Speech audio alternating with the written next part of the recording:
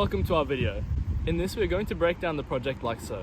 We will reference our three main challenges, which was bridge building, the practice amazing race and the amazing race. We'll then discuss topics of team awareness, planning, leadership styles that took place, leadership attributes, group dynamics and self-awareness, our challenge reflections, before providing a summary as a whole of this unit.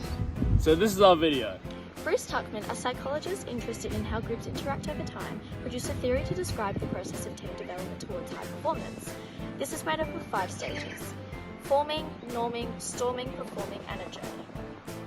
Forming is the stage where team meets and individuals aren't sure of their purpose and identity in the group. For our supporting group in the first few weeks of class, it took time for us to get to know each other's names and personalities, how we like to lead and how we like to be led, and how differently we approach tasks. But we did icebreakers in the first couple of weeks to get to know each other. Tuckman says that after that we have the storming stage, which is characterised by intergroup conflict. Confrontation occurs where roles are left unclear. So this is the stage where people start to push against established boundaries. You may see power struggles with group members talking over each other and quieter members struggling to voice their ideas. All of which is critical for addressing differences. That's when the third stage comes in, which is norming. Where those differences get resolved surrounding roles and leadership, individual roles become clearer and tailored to one's strengths as we got to know one another better. For building the bridge challenge we touched upon earlier, it was this. We were given 30 minutes to build a bridge out of 100 pop sticks. The sticks had to be 4 sticks long and it had to withstand as much weight as possible from buckets that would be filled with water. Also had to come up with a group name and a battle cry. We saw norming play out perfectly here. We were able to divide our team to work based on their strengths. Members who were good at building and strategy got straight to work on the bridge, leaving our most creative and outgoing bunch to work on the war cry. Both teams were as vital as each other, and recognised this resulted in our group having the best war cry of the day and the longest lasting bridge. What do we think about cyclists? Shit! What do we think about kayaks? The fourth stage is the performing stage. This is when our team is at its full potential due to hard work and trust built over time in each other. Roles become flexible depending on the task, and the team is capable of making decisions and solving problems effectively. Challenges like the amazing race were a perfect showcase of this, as through each challenge we could see a different leader being delegated where it seemed fit. More time is needed to fully develop the skill of understanding everyone's strengths, but much of it comes naturally. The positive results speak for themselves. We outperformed most teams in the practice amazing race and reached a respectable position in the final, completing 90% of the task before the time ran out. Sadly for us, Tuckman's theory ends with the adjourning stage, which he later added in 1977. This is when a team naturally parts ways. As we make this video, it has not come yet, but it will come at the end of semester when we may likely not all be in the same room together. But of course, friendships have formed and will remain, hopefully. In terms of group development, another relevant model to discuss is the Johari window. This is a model of self-awareness within interpersonal relationships that was originally designed as a heuristic exercise. It was built upon the idea that a group's interpersonal relationships depend on their individual contributions and disclosure of information. It has 4 quadrants: open, blind, hidden, and mystery. This box has a significant potential to enlarge as members themselves go through self-discovery and the group learns more about one another. The window is dynamic and constantly evolving. It can improve self-awareness, communication, and consequently teamwork as the mystery square gets smaller. In terms of the size of each quadrant, our open square would be quite small, particularly at the beginning of the unit. Over the semester, as a result of various bonding activities that force people out of their comfort zone, including icebreakers in Lesson 1 and the Practice Amazing Race, the open quadrant has expanded. As the group continued to meet week after week, more and more information was disclosed to other members about themselves from themselves and others. During lessons, the mystery quadrant was reduced as the team was put into new situations and forced to learn and adapt. Though this quadrant would still be quite large, it has progressively reduced. These challenges also allowed for self-reflection and discovery. In particular, members learned about aspects of their personality and where they slotted into the team we were forming. Over this unit, these quadrants have continually changed. Overall, the open quadrant slowly increased in size, while the mystery box shrunk. As the open quadrant increases, it allows for team bonding and accelerates the rate at which the group reaches norming and performing stages of group development. Now let's get down to how planning in our team really took place. The amazing races we discussed earlier consisted of 2 separate big challenges, each divided into several mini challenges. In these challenges, it was imperative that we were being the most efficient and most effective we could be in order to gather the most points. Effective planning is a pivotal step in the process of completing any task. When a group is faced with a challenge, a good planning process or strategy will dictate how efficiently and cohesively the group is able to complete the task and achieve their goals. During the planning process within our group, we use techniques and aspects of both action planning and coping planning to best set us up to accomplish our shared goals. The first of these processes would be our calculated goal selection. We focused on setting SMART goals: specific, measurable, achievable, relevant, and time-bound. This clear framework guided our efforts and kept us aligned with our overall objectives, whether it was as silly as fitting people through holes or getting toxic waste bucket into the water. We needed efficient task completion. In our Practice Amazing race, this was key. We utilised SMART goal setting for our tasks. We started with the tasks we knew our group would succeed in that were worth a lot of points. After these, instead of losing time going further away to larger tasks, we considered the time constraints and stayed nearby. In this, we were able to do the smaller tasks worth less points in quick succession, maximising our group's efficiency and leading to successful completion. Moreover, within our planning processes, our group had to fairly and selectively allocate roles and responsibilities based on each person's strengths. This happened constantly during each challenge of the Amazing Races. For their positive outcomes, we had to ensure everyone had the opportunity to contribute where they were most effective. Like we talked about earlier, this strategic distribution ensures that each task is handled by the most capable team members, giving us efficiency and productivity. Our group also utilised the planning style of coping planning during this process, as we preemptively recognised intergroup conflicts and challenges, anticipated the barriers they would pose to us achieving our shared goals, and addressed them.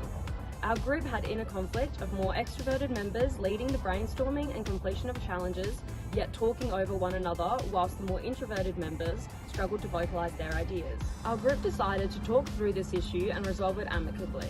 We made sure we resolved the conflict before the race, setting up a protocol for how to deal with this issue if it arose again. Upon reflection, for our resolution, we decided that the more outgoing people needed to be more perceptive to making sure they weren't dominating the conversation, and that the quieter team members had to work on being more vocal, a joint effort. If the issue arose again during the Amazing Race, we planned that team members could support one another. For instance, if I saw a member being cut off by a more vocal member, I would say, "Sorry, team member 1, could you please repeat that?" Or, "Team member 1 has a good idea, guys, listen up." By preemptively addressing and planning for these conflicts promptly and fairly, we maintained harmony and prevented disruptions to our workflow, allowing for us to successfully plan for our desired goal. There are 5 main types of leadership styles. Transformational. This leadership style is considered the best and most effective, where the leader inspires the team and motivates through encouragement, good communication, leading by example, and personal consideration of each member's skill set and needs. Transactional. A transactional leader is task goal orientated, but encouragement is received by team members depending on their performance, and this is how the leader exerts influence. It may also involve the use of punishments where goals aren't achieved as an external motivator. Laissez-faire. This leadership style is characterised by passive behaviour from the leader, where the team is allowed freedom to make decisions within a task. It is considered the least effective in creating a productive team, where the lack of direction can lead to conflict, chaos, and accountability problems. Democratic. Democratic leadership is based on the participation of all group members working together, where decisions are made by the collective rather than an individual, and input from all is considered. This style is advantageous in allowing everyone's opinions to be shared, but can be ineffective sometimes if the group cannot reach consensus. Our group functioned democratically at the start of the task, brainstorming approaches, and once an agreement was reached, leadership often deferred to whose idea it was. In some ways, everyone was also a type of transformational leader, and input from every member was always encouraged. We did have to turn to autocratic leadership for some tasks with one person just figuring it out. This was shown in the traffic light activity when there was a group that was split into 2 lines facing each other, and everyone had to move to the other side without moving backwards, and only being able to jump one spot at a time. We were lost, but Xavier saved the day. He knew the solution, and we just followed what he said. One mastermind working, but all completing the task successfully. Our group tended to avoid the laissez-faire style, as during every task there was always at least one person who stepped up and directed the rest of the group to best achieve the goals of the task. The Big 5 personality traits may also influence your leadership style. The theory was mostly developed by psychologist Lewis Goldberg, and he measures openness, conscientiousness, extroversion, agreeableness, and neuroticism. Everyone has their unique blend of traits, and depending what they are, would indicate how this person would lead. Great leaders are the backbone of any team. They're honest, they inspire us with a clear vision, and when the situation calls for it, they have the ability to make tough calls and adjust their approach on the fly if necessary. But most importantly, they trust and empower the people who rely on them. However, great leaders aren't born, they're made and they're constantly being developed. Effective leadership hinges on a combination of core qualities that inspire and guide, along with the ability to adapt those qualities to different situations. Let's delve into these aspects. What are some qualities of a good leader? There is integrity, vision, communication, decision-making, delegation and empowerment, empathy and emotional intelligence, and adaptability. But how do these leaders emerge? Leaders can emerge in a variety of ways. Sometimes a designated position drafts someone into a leadership role. Other times, the person's natural qualities and actions inspire others to follow. Here are some ways leaders can emerge. Formal appointment, informal recognition, crisis situations. An example where our group exhibited this successfully was during the mock amazing race. During this challenge, leaders emerged under a crisis situation due to the time constraint of the challenge. Everyone had the mutual vision of emerging as the winning team.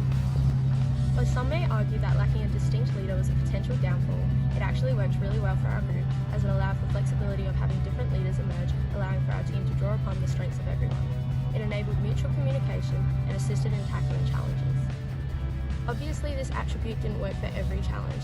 As the final amazing race where more critical thinking was needed, we tended to rush and go with the first idea due to the stress of time constraints. This resulted in us going in the wrong location, which cost us even more time. Every task and challenge couldn't have been completed without our developing group dynamic. To achieve a smooth dynamic, we need cohesion, and for cohesion, group members need self-awareness. The more self-awareness in a team, the higher the team will function and perform. In other words, your team will perform better if you are aware of your own traits and what you can bring to the table. When self-awareness is not amongst team members, it can lead to less cohesion and coordination, along with higher conflict. Along with self-awareness, to facilitate cohesion, we need minimum levels of conscientiousness and agreeableness, high mean levels of extroversion and emotional stability. Social cohesion concerns an individual attraction to the group because of positive relationships. Task cohesion refers to individual attraction to the group because of shared commitment to the group task. Our group has achieved these important factors for group success in multiple ways. Emotional stability was nurtured through making our group a safe space to participate and be involved in. Members originally stepping up with an idea for every task start to take the time to listen to quieter members first. All team members contributed to a goal. Individual and overall relationships with our group grew positively, making cohesion smoother and enjoyable. No one in our group ever faced a task alone. Shared ideas and possible solutions to a task being pursued as one. An example of this is the crossing of the bridge challenge. We had a limit to the amount of SUPs and kayaks we could use to get one person to the other side dry. Those who were brave to jump in the water helped unload the SUPs. One team emerged to oversee how the strategy would take place. One team was for runners, the rest were there for support. We had an incredible outcome to this task. It took initiative and self-analysis for people to make judgments on how they would contribute, leading to an overall great cohesion, even with people we didn't know. But anyways, throughout the semester, our group evolved from a collection of individuals to a cohesive, high-performing super team.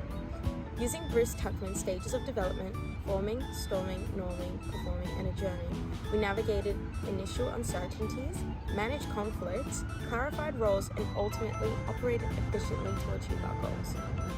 Effective planning and diverse leadership styles, coupled with increased self-awareness and strong group dynamics, enabled us to tackle challenges like the bridge building and the amazing races successfully.